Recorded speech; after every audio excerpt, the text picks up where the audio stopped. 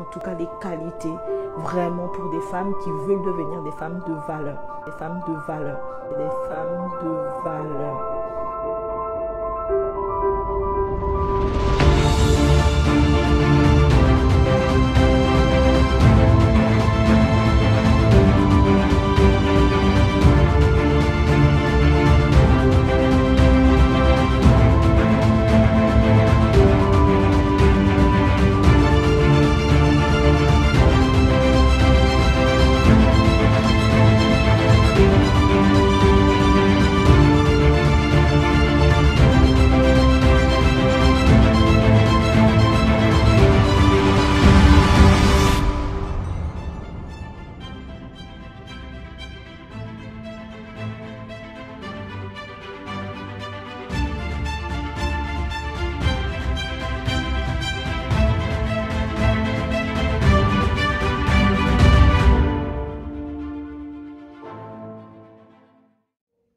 Bonjour chères femmes de valeur, bonjour chers hommes, je suis Nazaine Kodia, présidente de l'association Impact Femmes Battues et Abattues. Bonjour à tous et à toutes, je suis Danielle, membre de l'association Impact Femmes Battues et Abattues. Voilà, notre association a pour but de lutter contre toutes sortes de violences faites aux femmes. Et nous allons donc aujourd'hui parler de ce sujet qui arrache les vies, qui ne cesse de croître. Les statistiques démontrent cela. Vous devez savoir qu'une femme dans le monde, tous les 3 jours, meurt des violences. Et aussi une femme sur 3 dans le monde est victime de violences. Donc nous allons en parler. Voilà. Et nous l'avons vu dans l'actualité.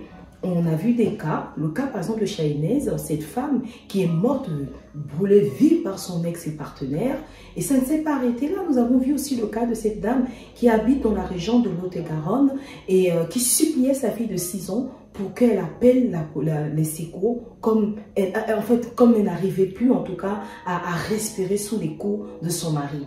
Et récemment, nous venons de voir cette femme qui a été violée, qui se faisait violer en plein air, en tout cas la nuit, en plein Paris à Stalingrad.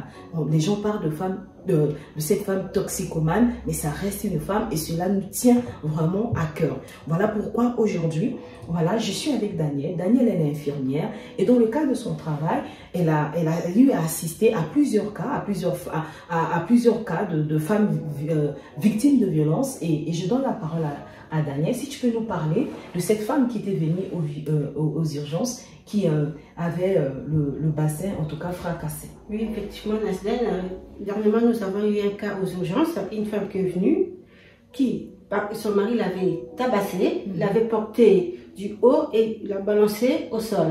Elle avait le bassin complètement fracassé et elle était psychologiquement atteinte. Il y a de quoi. Donc voilà ce qui s'est passé et c'était vraiment douloureux pour cette femme. Voilà. Elle pleurait, elle avait des enfants qu'elle a laissés à la maison et elle s'est retrouvée aux urgences. Il y a eu des radios qui ont été faites, qui ont révélé vraiment la fracture du bassin. Et cette dame a été hospitalisée plusieurs moments aux urgences en fait. Vous voyez la vie d'une femme, une femme comme toi et moi qui est juste mariée et qui se retrouve aux urgences loin de ses enfants avec un bassin fracassé par son propre mari. Son mari qui doit l'aimer, qui doit prendre soin d'elle, qui doit la protéger, qui doit la valoriser, mais est celui qui va encore détruire sa propre femme. Vous voyez, donc c'est de ça que nous allons parler. Mais Daniel, tu m'avais dit aussi que la police, en fait, s'était déplacée pour aller prendre sa plainte. C'est ce qui s'était passé? Tout à fait, Nazaine, parce que cette femme, vous voyez bien qu'elle a été fracturée du bassin, elle ne pouvait pas se déplacer. Et elle devait porter plainte. Et donc, du coup, le médecin a appelé la police qui est venue, qui a pris la plainte et tout. Et il y avait des psychologues aussi qui sont venus parce que c'était vraiment horrible de voir une femme qui souffrait comme ça, qui pleurait même. Donc, dans ce sens-là, ils ont fait les choses uniquement à l'hôpital pour que la femme puisse se sentir au moins consolée en ce moment-là. Waouh, c'est vraiment bien, nous saluons vraiment tous ces professionnels-là, le corps médical, les policiers, tout ça, qui prennent, en tout cas qui aident ces femmes-là au quotidien. Donc du coup, nous voulons dire aux femmes comme cette femme, il faut porter plainte parce que les violences, c'est un délit. C'est punissable par la loi. Donc, ne restez pas là à subir dans le silence. Vous devez sortir, en tout cas, du silence. Vous devez aller porter plainte pour vos vies, en fait. Et pour que les vies d'autres femmes aussi puissent être sauvées, et même de nos enfants, des générations futures. Nous devons sortir, en tout cas, de la loi du silence. C'est important, en fait. Mais Daniel, par rapport à l'histoire de cette femme qui avait porté plainte, qu'est-ce qui s'est passé encore par la suite? Par la suite, cette femme est sortie de l'hôpital et elle s'est retrouvée à aller retirer plainte auprès de la police pour que cet homme soit libre, en fait, de cette situation. C'est ce qui s'est passé. Vraiment. Malheureusement, voilà ce qui arrive. Quand on retire la plainte, l'homme n'est plus condamné. L'homme ne se sent plus obligé, en fait, d'aller témoigner de son acte vers la justice. La justice, c'est ça exactement ce que dit Daniel. La plupart des femmes sont dans ce cas. Tellement, c'est vrai, on a l'instinct maternel, mais en fait, c'est pas normal. On a porté plainte parce que, là, on est victime de violence, dans notre cas, dans cet exemple, violence conjugale. Mais on ne peut pas après aller porter plainte. Nous comprenons que cet homme revient vers toi pour te demander pardon. Oui, mais parce qu'il ne peut que faire ça. Il a peur de la justice, en fait. C'est la raison pour laquelle il vient t'amadouiller, te manipuler. C'est de la manipulation parce qu'il ne pourra pas changer. Il ne pourra pas changer parce que être violent, c'est une maladie. Aujourd'hui, c'est une maladie. Une personne normale, un homme normal ne peut pas lever la main sur une femme. C'est pas possible. Des hommes qui le font, en fait, ont des problèmes et doivent être accompagnés. Ils ne pourront pas changer. Parce que souvent, les femmes, c'est quoi, Daniel? Elles se disent, je retire ma plainte, et il va changer. Voilà, c'est ça ce que ces hommes-là, ces gourous, leur promettent, en fait. C'est comme ça qu'ils sont. Voilà, ils se mettent... Ils commencent à regretter leurs actes, ils demandent pardon. La femme aussi, elle croit parce qu'elle aime cet homme. Voilà, elle essaie de donner une seconde chance. Mais combien de chances avez-vous donné? Combien de chances avez-vous donné et que cet homme n'a pas changé? Donc, pensez vraiment à cela. Le but de cette vidéo, c'est pour sensibiliser les femmes, en fait, en disant qu'une autre vie est possible. Tu dois te mettre à l'abri, ta vie en danger. Ta vie en danger, comme chez Inès, vous voyez, elle s'est même mise à l'abri, mais malgré ça, son ex-partenaire est venu même encore lui arracher la vie. Pour vous dire que c'est pas de la rigolade, c'est votre vie. On n'a qu'une seule vie. Et on n'a qu'une seule vie. Il n'y a pas de prix, en fait, pour perdre ta vie. Donc, mets-toi à l'abri, chère femme. Je préfère tutoyer pour que ça parle plus à une femme aujourd'hui. Et ne restez pas là. Il y a des associations, comme nous, notre association, nous sommes là pour aider ces femmes-là à sortir de la loi du silence, pour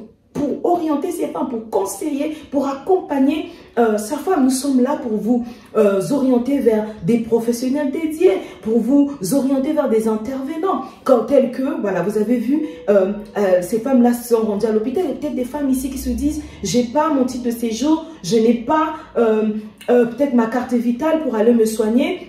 Je n'ai pas les moyens. Sachez qu'il y a des moyens. Sachez que vous pouvez aller à l'hôpital. Ne restez pas comme ça. S'il y a une partie de votre corps qui est en souffrance, rendez-vous à l'hôpital. On prendra soin de vous. La priorité, c'est votre santé. Donc, ne restez pas comme ça. Et puis, vous pouvez aller porter plainte au commissariat. Vous pouvez aller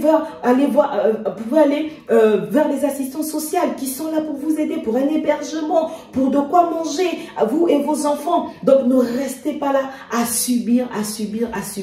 Et vraiment, si vous êtes dans un pays, par exemple, vous pouvez aller à la mairie de votre ville, vous renseigner, vous pouvez aller faire des mains courantes, voilà, vous pouvez aller porter plainte. Vraiment, nous vous encourageons parce qu'il s'agit de votre vie. Voilà, il s'agit de votre vie. Si vous ne protégez pas votre vie, qu'est-ce que nous allons faire? Qu'est-ce que la société va faire? La société a mis en place des moyens pour nous aider. Elle n'est pas parfaite, ils n'ont pas tous les moyens, mais ils essayent quand même. Voilà, vous pouvez sortir de là. Moi qui vous parle, hier j'ai été victime des violences. Aujourd'hui, j'ai refait ma vie. Je suis une femme épanouie, tout simplement. Et nous sommes là pour dire aux femmes que vous avez droit au bonheur. C'est même ça notre message. Vous avez droit à une véritable vie, celle qui était préparée pour vous. Vous avez été créé pour un but. Vous n'êtes pas créé pour être un objet entre les mains de votre, on ne sait pas si on peut dire un mari, un gourou. Ben voilà, vous devez prendre votre vie en main. Votre vie et la vie de vos enfants. Voilà, donc c'est ce qu'on voulait partager avec vous. Je ne sais pas, Daniel, si tu as quelque chose à dire, un mot de la fin, en tout cas à toutes ces femmes. En tout cas, c'est que je dirais, sortez du silence. Allez porter plainte.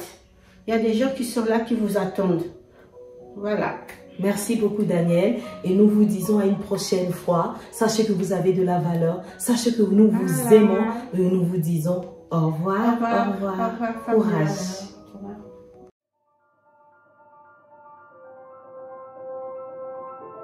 En tout cas, des qualités vraiment pour des femmes qui veulent devenir des femmes de valeur. Des femmes de valeur. Des femmes de valeur.